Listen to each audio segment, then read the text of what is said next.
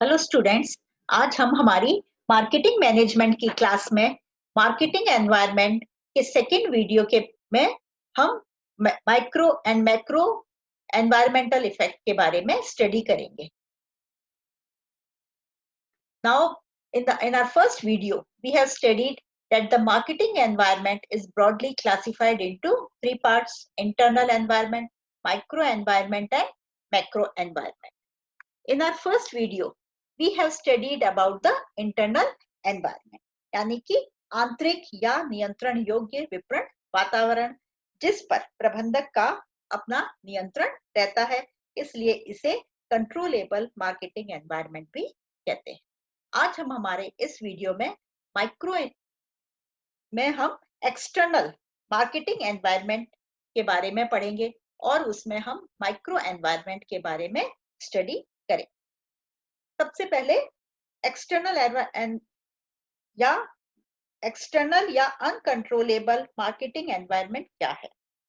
बाह्य वातावरण ही विपणन का वास्तविक वातावरण होता है, जिसमें रहकर विपणन प्रबंधकों को अपना कार्य संचालन करना होता है। इस वातावरण पर उनका कोई नियंत्रण नहीं होता है, यह सदैव गतिशील ही बना रहता है।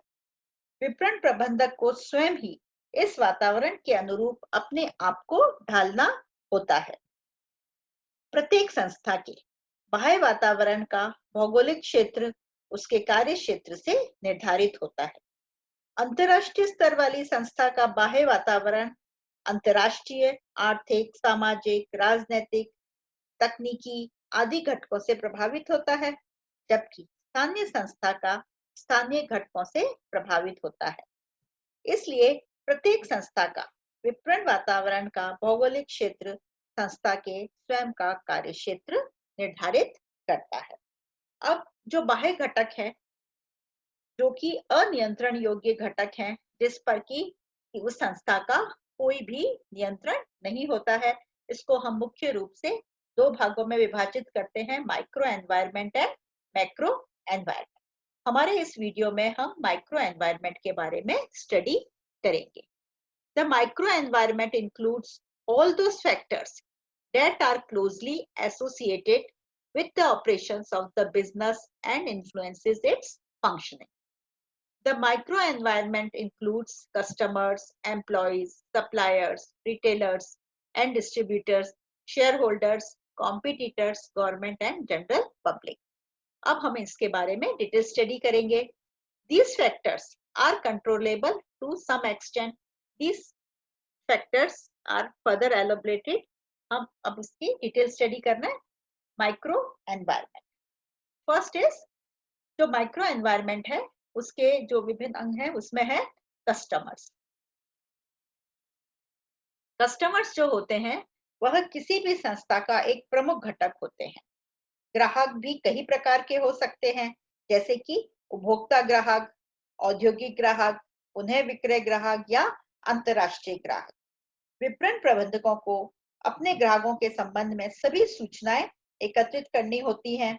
उन्हें उनकी आवश्यकताएं, रुचियां, पसंद नापसंद की जानकारी प्राप्त करनी चाहिए। उन्हें उपभोक्ता ग्राहक की आयु, लिंग, निवास, आय आदि की भी जानकारी करनी चाहिए। Now we can say that every business revolves around fulfilling the customer's needs and wants. उनकी क्या आवश्यकता है, उसी के चारों तरफ कोई भी बिजनेस चक्र लगाता है। Thus, each marketing strategy is customer oriented, that focuses on understanding the need of the customer and then offering the best product that fulfill their needs. अब जो भी कस्टमर्स हैं उनकी डिमांड अलग अलग हो सकती है। एक अच्छा उत्पादक कस्टमर की डिमांड के अकॉर्डिंग, यदि कोई कस्टमर महंगा प्रोडक्ट खरीदना चाहता है तो उसमें एक्स्ट्रा जो भी क्वालिटीज हैं वह इंक्लूड करके वह बेस्ट से बेस्ट प्रोडक्ट बनाता है। अब हमारा सेकंड पॉइंट है employees. Employees are the main components of the business who contribute significantly to its success. किसी भी संस्था की सफलता वहां के एम्प्लॉयज पर ही निर्भर करती है। The quality of employees depends on the training and motivation sessions given to them. Thus, training and development is a crucial to impart marketing skills in an individual. Training द्वारा एक संस्था अपने प्रोडक्ट्स को अधिक से अधिक मात्रा में बेच सकती है। किसी भी संस्था के लिए वहां के एम्प्लॉयज एक महत्वपूर्ण कड़ी के रूप में कार्य करते हैं। इसका कारण यह है कि विपणन प्रबंधकों को संस्था के उद्देश्यों एवं कुछ प्रबंधकों की नीतियों के अनुरूप ही उसका संचालन करना होता है। अन्य विभागों के साथ में विपणन प्रबंधकों को समुचित समन्वय भी स्थापित करना पड़ता है। इतना ही नहीं, विपणन प्रबंधकों को संस्था के उच्च प्रबंधकों के सोच विचार एवं दर्शन के अनुरूप ही अपने विचारों को ढालना होता है। Next point is suppliers. Suppliers यानी कि आपूर्तिकर्ता। आपूर्तिकर्ता भी विपणन वातावरण को प्रभावित करते हैं, because suppliers are the person from whom the material is purchased to make a finished goods and hence are very important for the organization. यदि सप्लायर्स सही समय पर जो है रॉ मटेरियल प्रोवाइड नहीं करेंगे तो एक संस्था के लिए न्यूनतम मूल्य पर उत्पादन करना संभव नहीं होगा। It is crucial to identify the suppliers existing in the market and choose the best that fulfill the firm's requirement.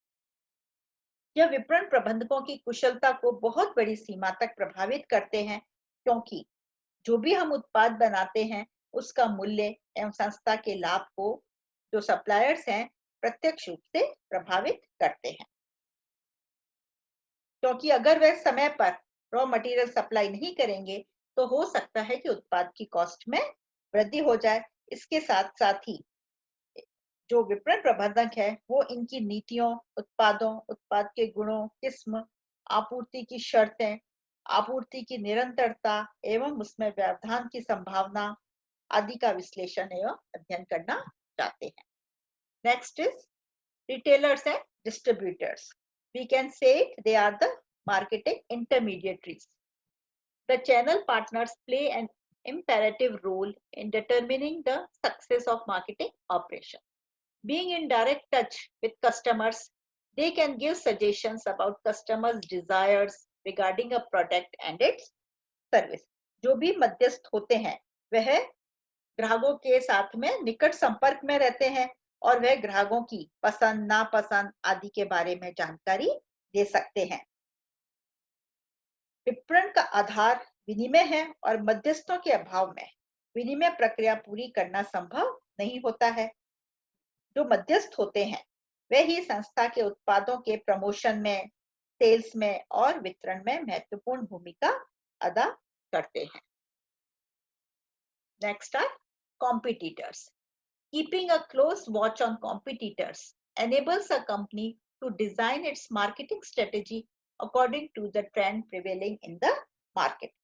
जो प्रतिस्पर्धी संस्थाएं होती हैं वह भी विपणन वातावरण का एक बहुत ही महत्वपूर्ण घटक होती है, क्योंकि कॉम्पिटिटर्स की स्ट्रेटेजी देखकर ही कोई भी बिजनेस अपनी स्ट्रेटेजी को डिजाइन करता है।